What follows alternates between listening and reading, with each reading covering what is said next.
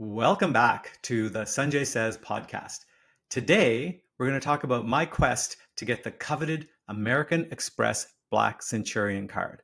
Oh, to hear the satisfying clank of status. Read my red, turn the page. Sanjay's words, they pave the way.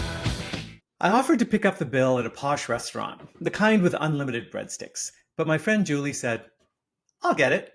"Thanks," I responded, smiling as I turned to watch our server approach. Then I heard it, the reverberating boom of titanium hitting wood. Every head in the restaurant snapped to our table, where Julie had just thrown down an American Express Black card, 14 grams of pure status. I gazed at the tiny card. Even made of metal, it couldn't have generated that much noise just being laid down on the table. She must have deliberately added some velocity. I know I would have. Our server pretended to have difficulty lifting the card, or maybe she just needed some more time in the gym. "Wow, this is heavy," she remarked as she slid the black metal into the payment terminal. I was surprised that it failed to explode from the insertion of dark energy. The American Express Black Card, aka the Centurion Card, is the stuff of legend. Amex doesn't officially acknowledge its existence. Well, actually, I've been told now that they do officially acknowledge its existence, but you still can't get one by asking for it. You're not allowed to ask for it. Don't call them. They'll call you, they say, without saying. "Ooh, nice. How'd you get that?" I immediately asked Julie, trying not to appear too interested. "My company buys a lot of supplies through Amex. I called my Amex rep and told him I'd move all that to Visa unless they gave me a black Amex. They gave me a black Amex." Awesome. Nothing like a little extortion between business partners. I'm not above that. I commented to Julie, "Must be nice to be rich." "Yes, Sanjay, it's nice," she responded, "but trust me, you get over it." My company was doing well. My spending power was rising, buying whatever video games I wanted at Best Buy, unlimited hot dogs waiting in the checkout line at Costco. I didn't think I was ever going to get over it, but I smiled and nodded. Years later, my company flying high, I was with my friend Kevin, who also happened to do a lot of corporate work with American Express. After watching me pay for my share of our dinner using an Amex frequent flyer platinum card, he asked why I didn't have a black card. "Aren't they supposed to call me if I qualify?" I said. "It helps to know people," he grinned. "Want me to make a call?" "Sure," I replied, as I imagined bypassing lines and effortlessly securing same-day reservations at Michelin star restaurants. A few days later, Kevin called me. "Sanjay, I hate to tell you this. Even though you're above the spending threshold to get a black card, you're not using a real platinum card. You have to switch to a higher fee platinum card." Easy peasy. I called Amex and switched over my personal spending as well as the spending of my 2 restaurants to the proper card.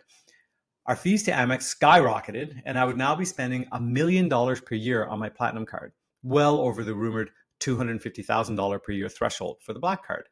I hung up the phone, rubbed my hands together, and cackled maniacally. Ha ha ha ha! Because I was going to get a black card.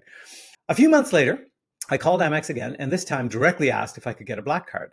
The customer service rep referred me to a manager. The manager told me I had to have at least 2 full years of spending at this level before they would consider sending an invitation. Fine, I sighed and I hung up the phone. I continued to grow my business. I eventually sold audiobooks.com and my spending rose even higher. I was sitting on a mountain of cash. I met the definition of being ultra high net worth individual, UHNW. I was now running a venture capital fund. I booked private jets to Miami and Las Vegas. I was flying high, literally and figuratively, but there was still a small rectangular void in my heart. I called Amex, asking to speak to my corporate representative this time. It was 2021. "I know my spending levels have been high enough to qualify for a black card," I said, "but I still haven't gotten an invitation." "I'm so sorry, Sanjay," she replied apologetically.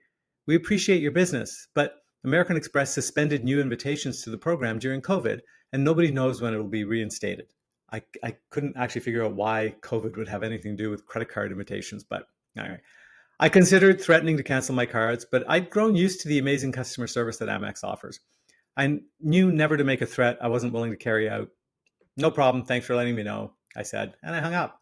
I was waiting in line for security at the airport one day when I realized that having an American Express Platinum card, the one I had, was one of the criteria that allows access to the priority security line. I watched the gentleman in front of me present a black Centurion card, the Amex Black Card, to the guard who was blocking the priority entrance. I heard the guard say, "Sorry, sir, you have to be a platinum card holder." The black card touting gentleman grew understandably agitated, yelling, "Are you an idiot? This is higher than a platinum card." Sensing the potential for this to morph into an extended argument, I scooched by the pair of them, flashing my run-of-the-mill platinum card as I went. Some time later, my friend Julie told me that she had canceled her Centurion card. It had cost a $10,000 initiation fee to get it and an annual fee of $5,000 to maintain. She said that after 7 years, the membership just wasn't worth it. She didn't travel enough to take advantage of all the benefits.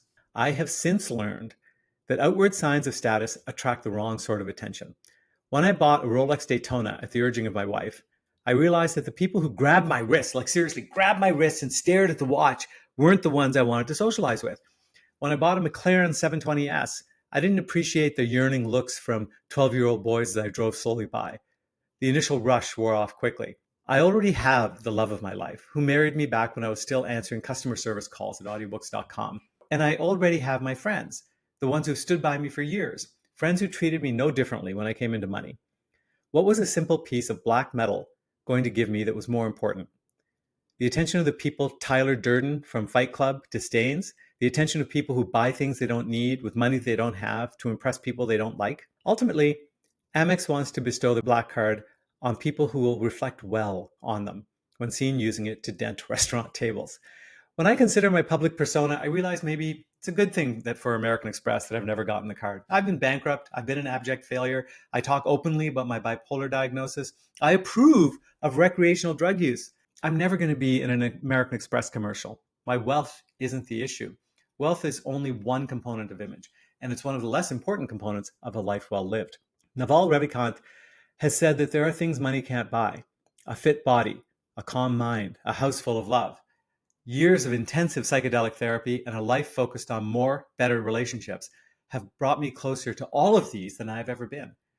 The best status comes from what you say and how you make people feel, not from what you wear or what credit card you have.